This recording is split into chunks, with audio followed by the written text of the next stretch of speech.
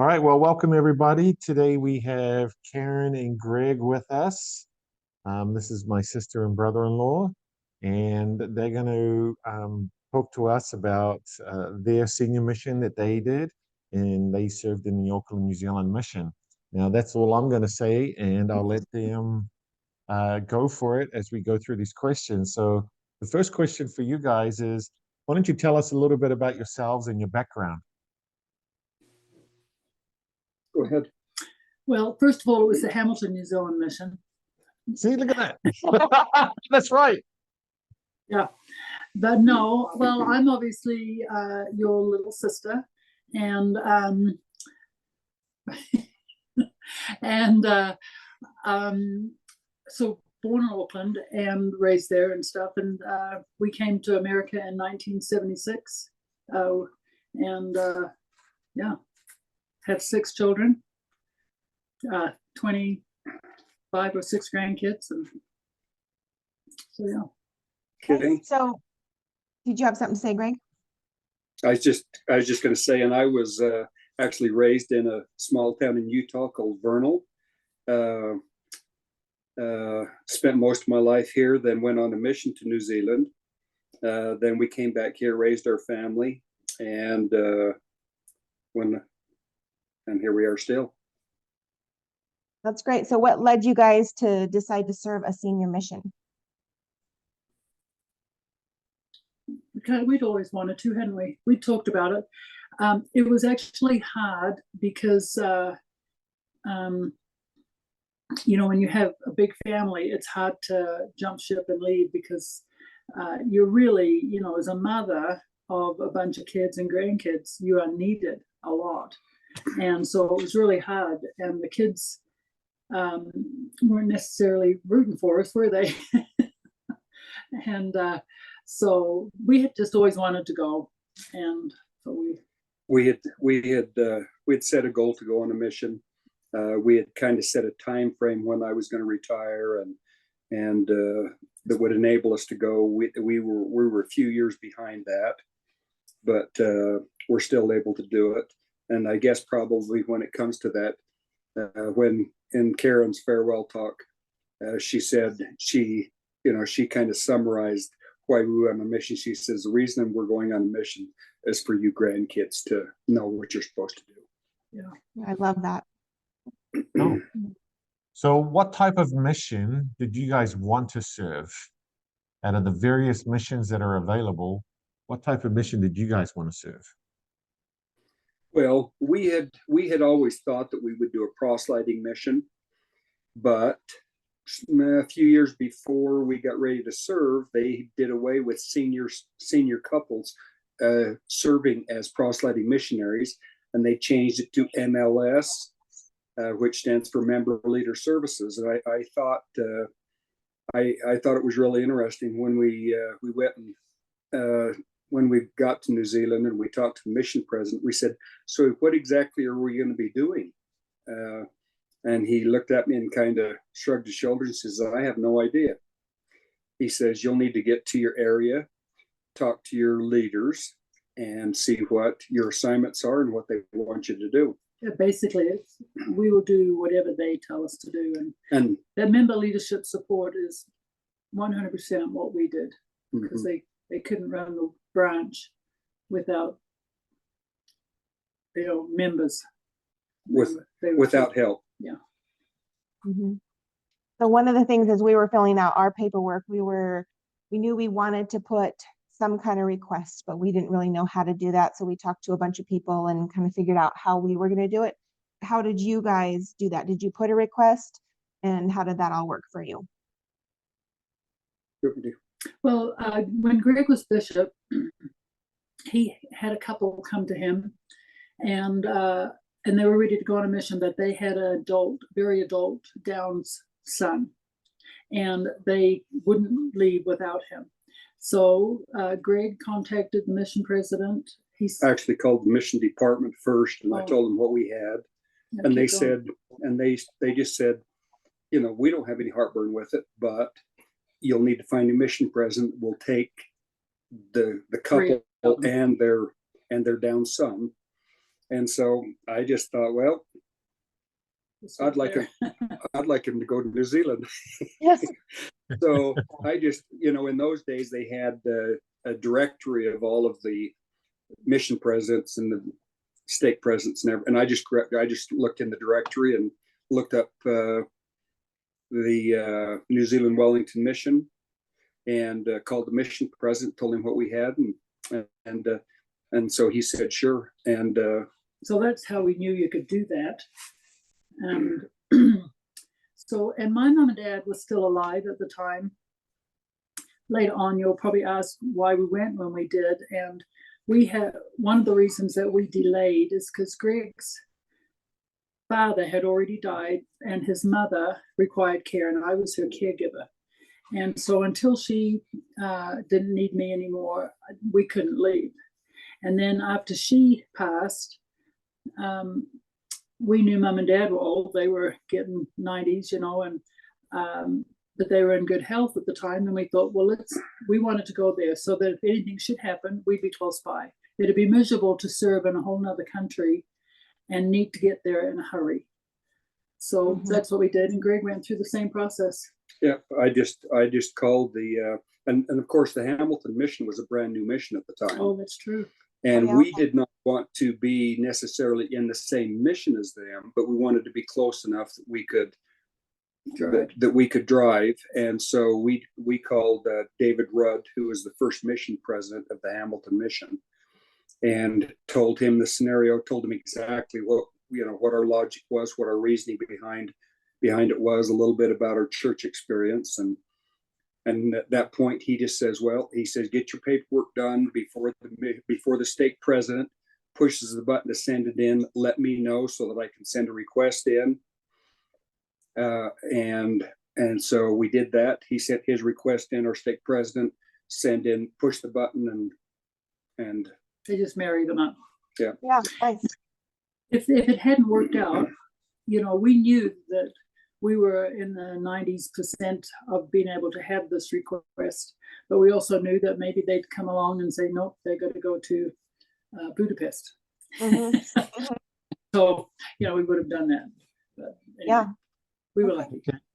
Cool. So how long did it take you guys to get your call once you had submitted your paperwork? We talked about that. probably just a couple weeks. No, just quick. It was quick. It was within a couple weeks. Okay. So you knew pretty much 90%, but you still had that anticipation that it could be somewhere Exactly. else. Yeah. So how did you open your call? Did you have family come over? How did you do that?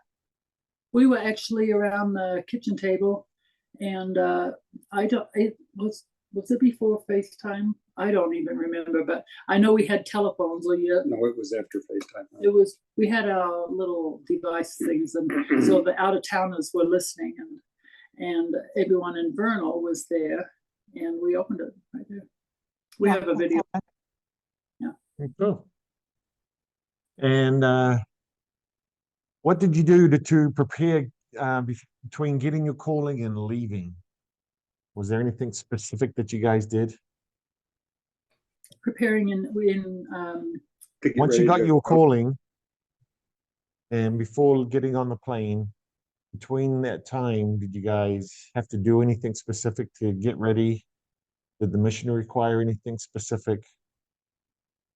Well, it was actually for us, I felt like it was a huge amount to get ready to go.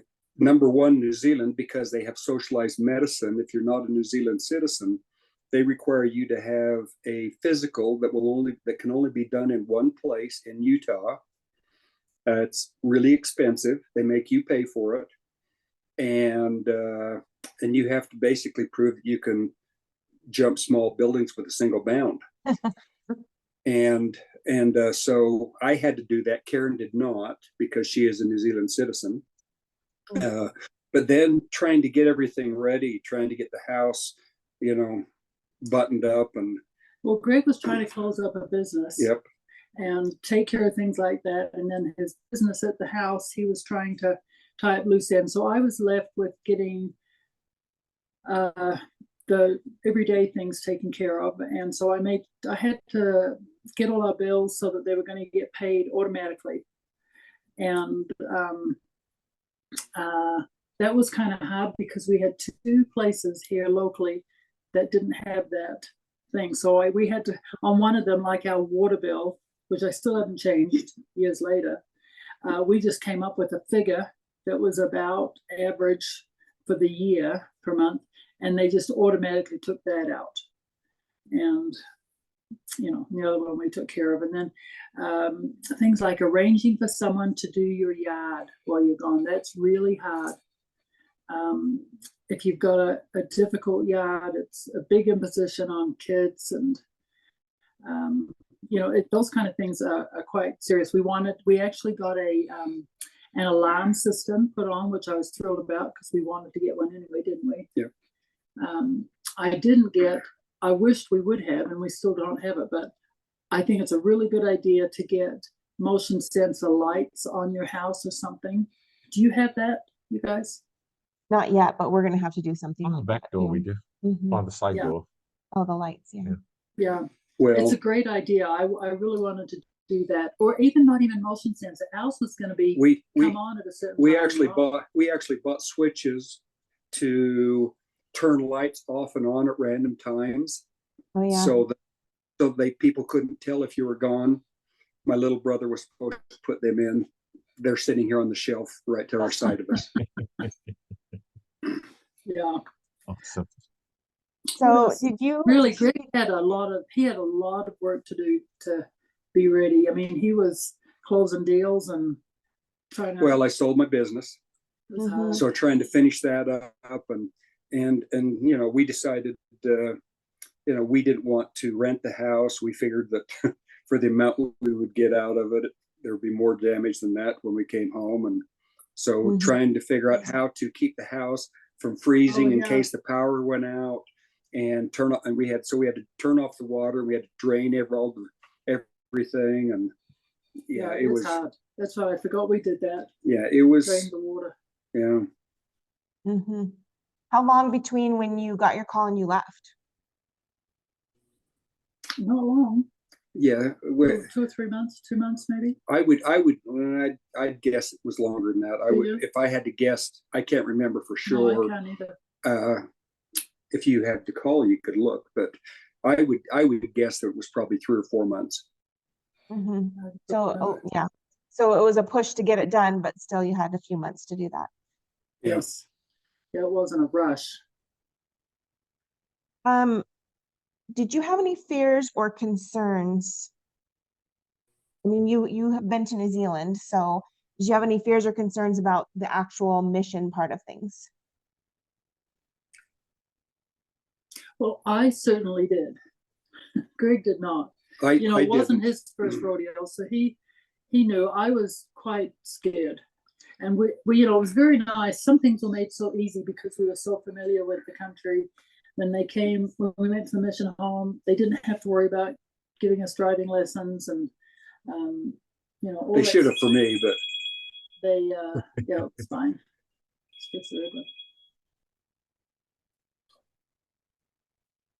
All right. Well, awesome.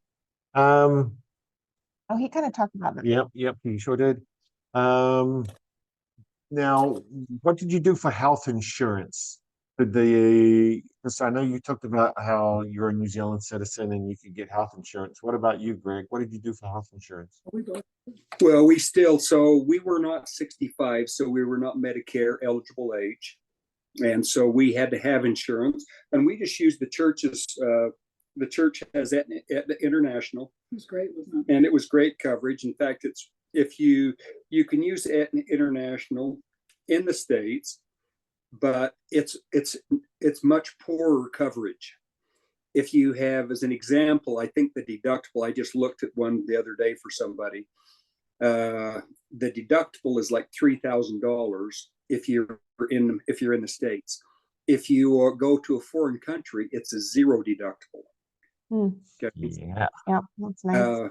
And here you've got co-insurance. There's no co-insurance. We really ended up basically having 100% coverage, and it was very good. And the thing is that even though Karen was a citizen, when she went into the doctor, she would give them her insurance, and instead of waiting for 6 months, which is what they have to do, they would put us right to the front of the line because we were paying because we had coverage. It was great. We had been self-employed most of our married life and paid incredible premiums, and so this was like Christmas. Yeah. Pay that little bit of insurance. Yeah, that's what we did too. We signed up for the church one. Yeah. So what did a day typically look like for you? You said that it was kind of up to your local leaders what things that you were doing, but what things were you doing as you went out? You stayed in the same area the whole time, right? Did you guys do 18 months? Yes. Okay. Well, so what happened when we first got there? I mean, I think we got there on a Saturday night because we went to a branch activity, and then Sunday morning, the very first thing that they did is the district president got a hold of us, and the district president extended callings to both of us. Karen was in the district primary presidency. I was in the branch presidency. I was the elders quorum president. I was the young women's president. And then the district president said, "Oh, and the branch president wants to talk to you as well." So he came over later that day, and he asked Karen to be the young women's president, and asked me to be over the young men's weekly activities. So, we were pretty busy with that, but we still had, even with that, because you've got all of your time to do, it isn't something you're trying to do after work. We were able to do fulfill those. And we had 6 young missionaries, 4 elders and 2 sisters in our branch area. And they were the highlight of our mission, always, weren't they? We loved spending time with them, and we were with them working on projects and people, and it was good. Yeah, we ended up doing a lot of things. We spent a lot of time cleaning up records. When we got to the branch where we were, the branch membership was at 725. Wow. And within 3 or 4 months, we had it to less than half that. It was down in, I think it was 200 and something. So we went to every address on the ward, on the branch. We found one person that had been dead for 40 years. Okay. Yeah, and then we could actually work with numbers and see what we found. And so we did that. We did, because I was the elders quorum president, because it was hard, I actually ended up I had 2 different home teaching companions. We found that as missionaries, as senior missionaries, we could get into places that the branch members could not get into. And we also found that neither could the young missionaries. So the branch president, harmless. yeah, we were gummers. And they didn't know you very well, did they? Yeah. And what was fun was the branch president, it became a challenge for him to find somebody who we couldn't get into. Well, that's awesome. Okay. And so I'm gonna throw a little story in here. So what we did this one particular morning is we got up and we had planned to. We hadn't been very many months. Yeah, we hadn't been out that long, and anyway, I had told Karen that the branch president wanted us to go and find this member, because when he'd been baptized shortly after someone had offended him, and when he would see members of the branch downtown, he would physically run the other direction. And so he asked us to go see him. And so on the way over there, Karen says, "Okay, what's the address?" And I says, "Well, we don't have an exact address. We're just going to go knock on doors." And it was funny. We're on our way over there, and Karen didn't say anything. And then all of a sudden she says, "I really feel sick." And I said, "Oh, we can do this another day." And she says, "No," she says, "I can." And I it took me a while to realize that the thoughts of having to go tracting that was a really difficult thing for her. But she went ahead and gutted up through it. And the funny thing is, the Lord blessed us. And the first house, there was nobody there. The second house that we knocked on was the right house. And his brother, who was not a member, opened the door. We said we were wondering if we could speak to Brian.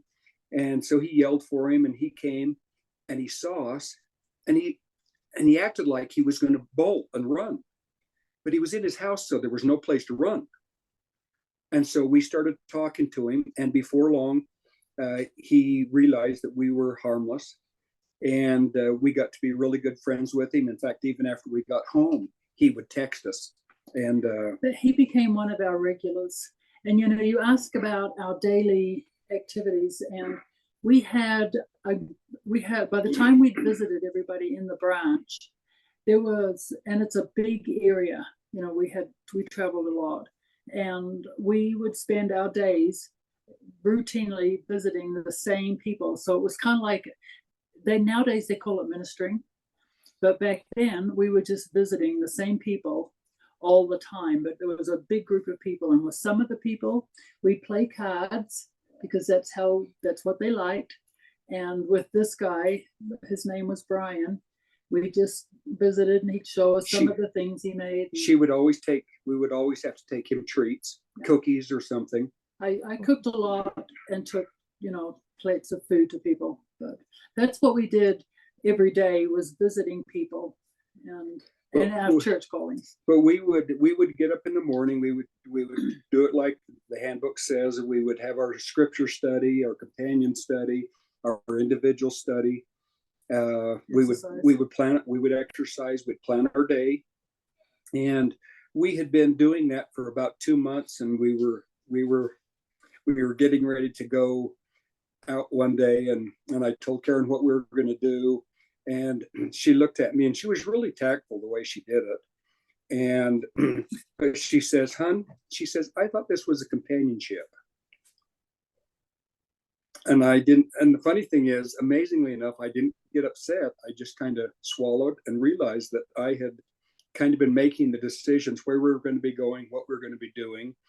And, after running a business and doing things that I was used to just doing it. And maybe that's what a lot of husbands have to deal with, is that they're used to being the boss, maybe. And so they're used to not really consulting and just making the decisions. And so I think that's a learning curve for senior couples. But the transition wasn't hard after that. No. I kind of swallowed and said, "Oops, yep, I'm in the fault," which I don't do that very well sometimes. And That's great. And so we were able to adapt, and we're able to, and so we would plan our day. And so we knew each day what we wanted to get done, hoped to get done mostly, and then we would go about our day. Okay. Yeah. So when you guys were looking at the Hamilton, New Zealand mission, did you find there was a projected cost for that mission? Projected what? Yes. They gave us a specific cost. Uh-huh. The specific cost did not include food. It did not include fuel, food. There were some fairly expensive things, and of course, food in New Zealand is atrocious. Cost, it's just so expensive, and so it did not include those. They actually tell you not to pay ahead on your monthly costs. I did, for the simple fact that because I was still working the year that we left, and because I made that as a contribution all in that year, then it let me take it off of my taxes that year that I was working. And so financially it made sense. And they while we were out there, they actually came in and they said the guy from the mission office called and he says, "Hey, we've got great news. We've been able to drop your monthly amount by $75 or $100. And I said, "Doesn't matter, I've already paid it all." And he got all over my case, and I said, it still was better for me to pay it. But so those costs, and it was, I think that they were, as I recall, it was about $1,500 a month is what, and that paid for, that was just that paid for our utilities, and that paid for We actually didn't pay utilities. I know it was that. Yeah. That's what covered it. It was nice. We had a lovely place that we stayed We at, had a really nice and 3-bedroom. they paid for the rent, and they for the fuel to the utility stuff. The heating, the gas, the Yeah. propane. So it was nice. And then we probably, I think that we figured, I mean, it was costing us over $1,000 a month for fuel and we actually had to, because we dealt with the youth, and because I was at branch presidency meetings and Karen would be at other places. So we bought another car while we were there. It was a van. We bought a little transport. Honda van so that we could haul the kids, and so, and then you've got insurance on that, and then you've got fuel costs and et cetera, et cetera. And that was just your choice. It wasn't something that the seniors have to do. You just chose to do that because you It would wanted have been to drive people inconvenient, around. It would have been difficult for us to not have 2 vehicles. but Yeah. that was some of our work too, was planning things with the children. And Greg was got things going. Do you remember when we used to have firesides? They don't do it anymore, but Greg gave them an idea, let's do firesides, and they became so successful, and it gave life to the ward, to the branch, because they all of a sudden saw people coming, and they'd kind of been in such a funk for so long and nothing ever happening. Well, And they really loved it. most of the people that attended the firesides were the branch members, Yes. and they were good, and there were songs, and there were we put a lot of time and stuff into it, and it was a great opportunity for us, because then we would take out flyers to everybody we knew, and it was a great opportunity to just stop in and see people and give them an invite. Yeah. So we just have one more question because we're almost out of time. Is there any stories or anything specifically that you want to share about your mission we didn't ask? Let me just one that one of the things, because we both worked with the youth, what we did is we planned what in the scouting world we would call a super activity, which was a big activity. And so we planned that for the youth in our branch, and then as word of that got around throughout the district, then other branch presidents started contacting us to see if their youth could come with us on our activity. As it turned out, we ended up having just about as many from the district as we did from our branch, and it was successful enough that they had never had a stake or a district young men and young women's president where they had those activities and the different things, and so they started doing those, and because they saw the value in them, and so there were some things like that. Probably for me, one of the things that really became very evident on a mission for me was that when the Lord says, "For behold, this is my work, my glory, to bring to pass the immortality and eternal life of man," it isn't a hobby that he has. He is actively working in our lives, and particularly when you're on a mission, in the lives of those whom you're coming in contact, in an effort to bring them unto him. And we saw many opportunities when we happened to be at the right place at exactly the right time. And it isn't because we planned it. It's because that's where the Lord had us end up. And it was beneficial for individuals. Yeah. And I'll tell you, the first 2 or 3 months were torture for me. Wasn't it? Oh, she got homesick. I was desperately homesick for the children.